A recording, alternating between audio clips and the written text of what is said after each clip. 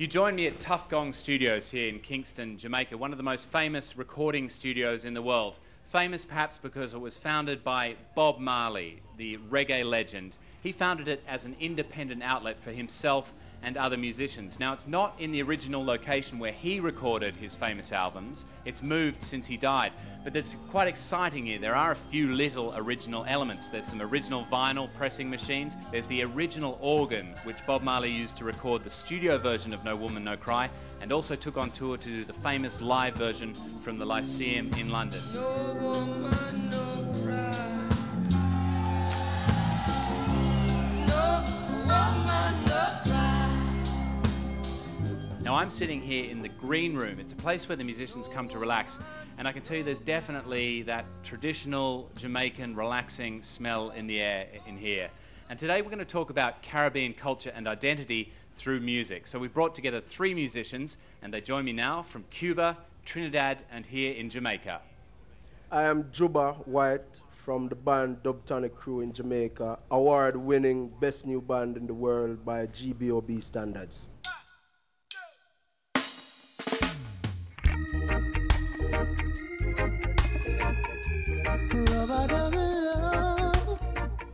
So my name is Aldo Lopez Gavilan from Havana.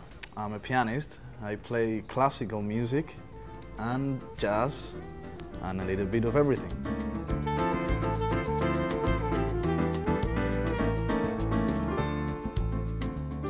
Hi, I'm Kes the Fentala from Kes the Band, hailing from Trinidad and Tobago, the land of soca and calypso.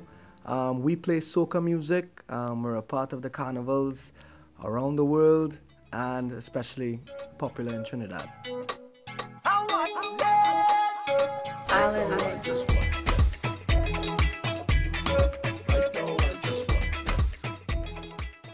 When you think of music from the Caribbean, it's hard to know where to start. There's reggae, dub, rocksteady, salsa, calypso, soca, zouk, compa, reggaeton, son. The list could just go on forever.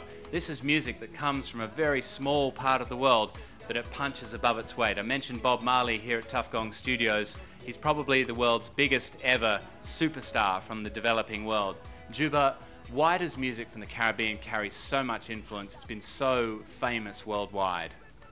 It's the heart of the people, the heartbeat of the people. It's the way they live. It's their lifestyle. It's their livelihood. You know, it's how they breathe. It's how they eat. You know, it's how they interact with each other. Cricket, lovely cricket. At last where I saw it. Cricket, lovely cricket. At last where I saw it. You know, so it's the main influence. Music is there to entertain, to educate, you know, and to inform. And so it plays a very integral role in our society through development. Aldo, why do you think the music from this part of the world has been so influential? Well, I think the same. I think that's what the energy comes from. Music is the main energy for people to live and to walk and everything. And it comes from inside the human being, from the soul. And there's a lot of rhythm in that soul here in the Caribbean. Kes, do you think that's part of it, that music isn't just something people do in their time off in the Caribbean? It's not you go to work, you work your 8-hour day, and then you go and play some music to unwind. Music here really is life. It's about good times. It's the rhythm of life. Definitely is. I think that Caribbean people are passionate people. We're always expressive, and what better way to express ourselves than through music?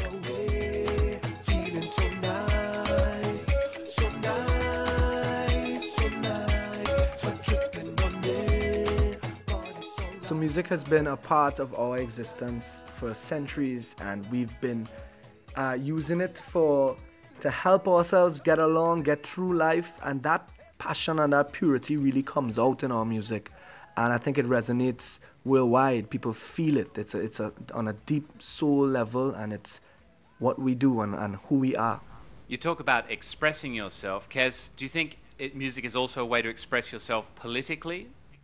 Definitely. I think if you go back to the roots of Caribbean music and the history of Caribbean music, we use the music, especially in Trinidad, the calypso, We used it for political reasons and to spread news, and it was, people actually looked towards the calypsos of the day to see what was happening, what was really happening. They believed the calypsos beyond the news that they were getting. So it definitely is a political movement through music and through Caribbean music especially. Idi Amin Dada, tyrant in Africa. Tell it! Creating real terror all over Uganda. We've talked about the influence this music has, and I guess, as we said, the guy who sums that up is Bob Marley. His picture stares down at us from the walls here at Tuff Gong Studios. But Bob Marley died 30 years ago. He had that one love message that really reached out to the world. But here in Jamaica now, a lot of people think that reggae is homophobic, it's misogynistic. You have daggering, which is the sexually explicit and violent dancing. Has the music lost its way? It's lost that something that the rest of the world found so appealing. Music is a personal thing, and for me personally, and for the movement of reggae itself, it has not changed from the one love message. Like anywhere in the world, and with any individual, it takes on a persona. So to each his own. For us, reggae will always be the one love message. One love, one heart, let's get together and feel alright. Hear the children crying, one love. Hear the children crying, one heart. Saying give thanks and praise to the Lord, and I will feel alright. Kes, do you think that music from the Caribbean still punches above its weight in the rest of the world? Are people still fascinated by it, interested? I think the music has grown hands, feet. It's grown into a body in a sense that there will be different facets, and some facets might be more popular than others. But I think the definite message is always there. There's just more to choose from Caribbean music now. I think it's just grown, and it's a matter of your choice. Aldo, you're from Cuba. There was a lot of interest in Cuba when Buena Vista Social Club came out, but again, that was 10, 15 years ago. Do you think people still care about music from the Caribbean? I think, of course, they do care, and that's never gonna change. I think, even though that here in the Caribbean, of course, we got big influence from the big markets, like the techno and all this kind of disco that people go and dance with the same beat all the time. There is a big point, which is to take care and love the authenticity of the music and the roots. So I think that's one of the reasons that the music from the Caribbean is gonna grow and always gonna be a big strike in music in the world.